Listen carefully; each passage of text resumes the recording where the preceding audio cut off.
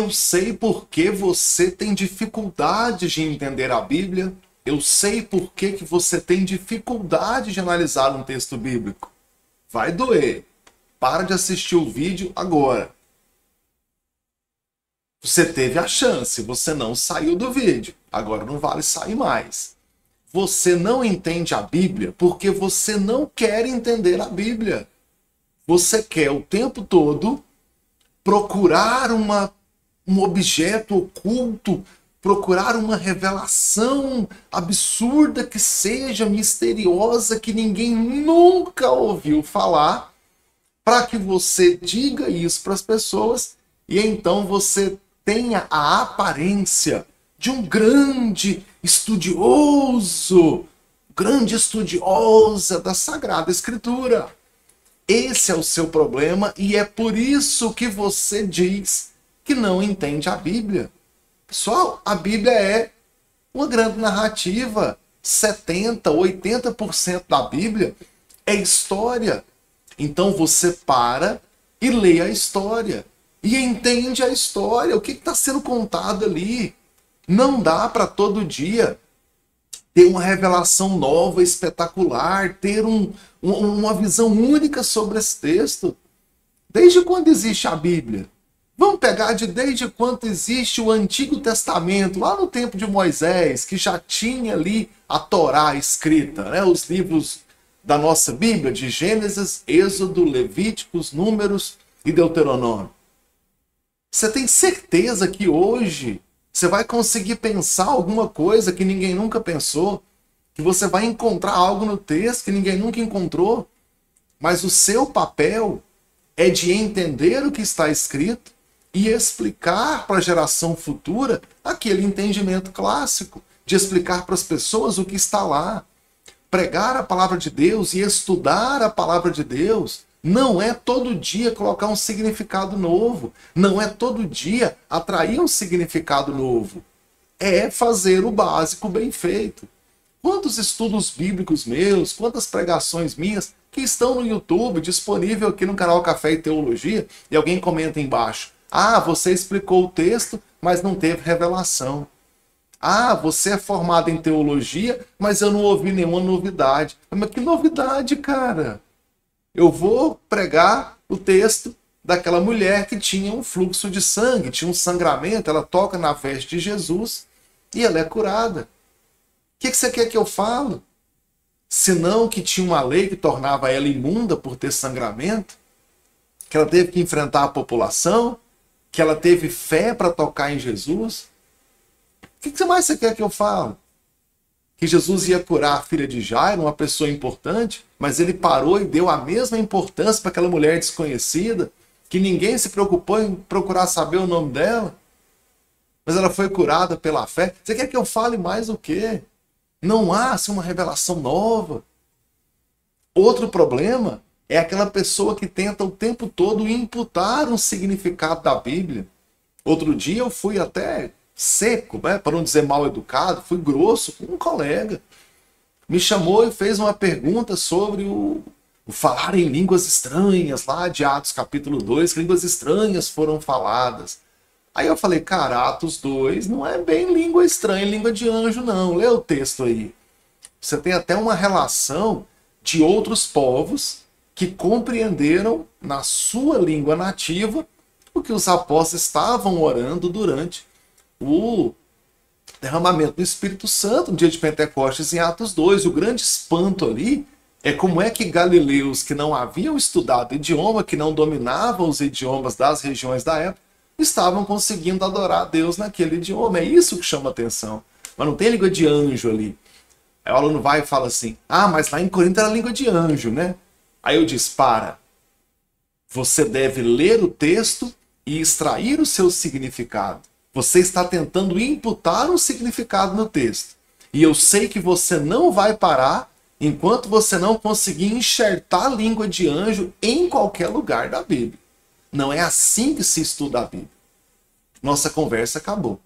Aí ele falou assim, ah, então você não crê em língua de anjo? Espera aí. Uma coisa é, esse texto aqui não fala nesse assunto. Outra coisa é você ter o assunto aqui na mão e eu quero colocar em algum lugar, e eu vou procurar loucamente um lugar para imputar esse ensino aqui. Então, é por isso que você diz que não entende a Bíblia. É por isso que não entende o significado. Uma vez eu acabei parando, porque estava sujando a instituição. No seminário teológico, eu sou professor, discutindo sobre dízimo no Novo Testamento. Aí eu falei, olha, não tem dízimo com força de lei lá no Novo Testamento. Aí um professor, com alunos no grupo de WhatsApp, ele fala, mas tem sim. Eu falei, me mostra o versículo, professor. Aí ele mostrou lá Jesus falando para os fariseus que eles dão o dízimo da hortelã e tal, eles devem fazer isso. Ele tá vendo aqui, ó, Jesus está dizendo que tem que dar o dízimo. Mas Jesus está citando a lei do Antigo Testamento. Jesus não tinha morrido na cruz ainda. Você quer cobrar dízimo das pessoas com base na lei do Antigo Testamento, estando no Novo Testamento? Aí ele falou assim, tem outro versículo aqui. Aí ele citou Paulo falando da ceia, que é aquele que come e bebe indignamente, né? Come e bebe para sua própria perdição, sua própria condenação. Aí eu falei assim, onde é que está o dízimo, pastor? Aí ele respondeu, mas se a pessoa está tomando a ceia sem dizimar, ele está em maldição. Eu falei, meu Deus do céu. Mas aí, estando com alunos assistindo, eu parei ali. Parando, então tá bom. Alunos, todos vocês viram 2 pontos de vista e tirem suas conclusões. Quer dizer, a pessoa queria de todo jeito dizer que quem não dizima é amaldiçoado, a ponto de pegar um versículo que fala de ceia do Senhor. Nós chamamos de Santa Ceia, não está errado falar Santa Ceia, mas na Bíblia apenas ceia, ceia do Senhor, né? Mesa do Senhor, é as expressões que o Novo Testamento traz.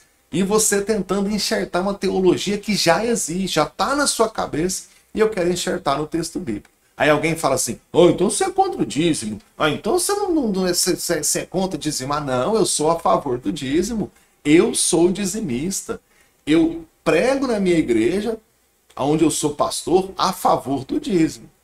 Só que no Antigo Testamento, o dízimo fazia parte da lei. Então o sacerdote lá te vigiava, estava dizimando certinho. Tinha o dia de trazer o dízimo. Era lei. Ali tinha maldição para quem não dizimasse.